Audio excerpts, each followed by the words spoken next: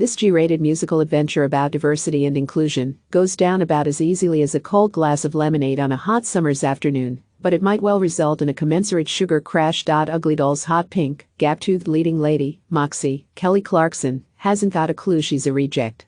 In her world, creatures come in a huge range of shapes and sizes, extra limbs are common, so are missing body parts.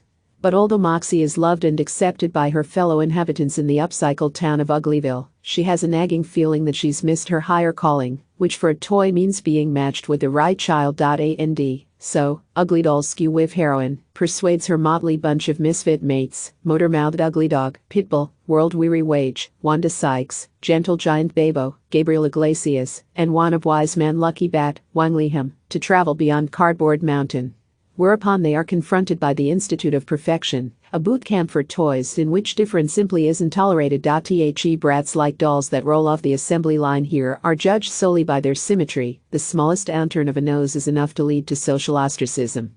Holding them ruthlessly to account is the blonde-haired blue-eyed Lou, Nick Jonas, who enjoys the status of a rock god in this eerily superficial world. Having been raised in a world where diversity is not only accepted but celebrated, Moxie's self-belief runs deep, and for a moment it appears as if she might have what it takes to upset this tyrannical world order.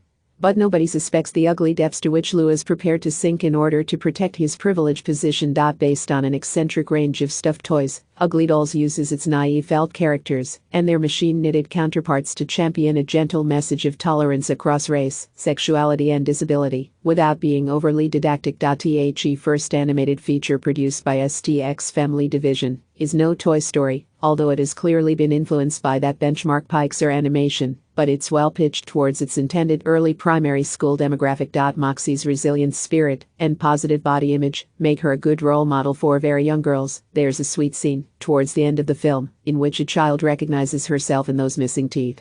And while there aren't any earworms on the soundtrack, songs like Unbreakable, Girl in the Mirror, Broken and Beautiful and The Ugly Truth do the trick just fine.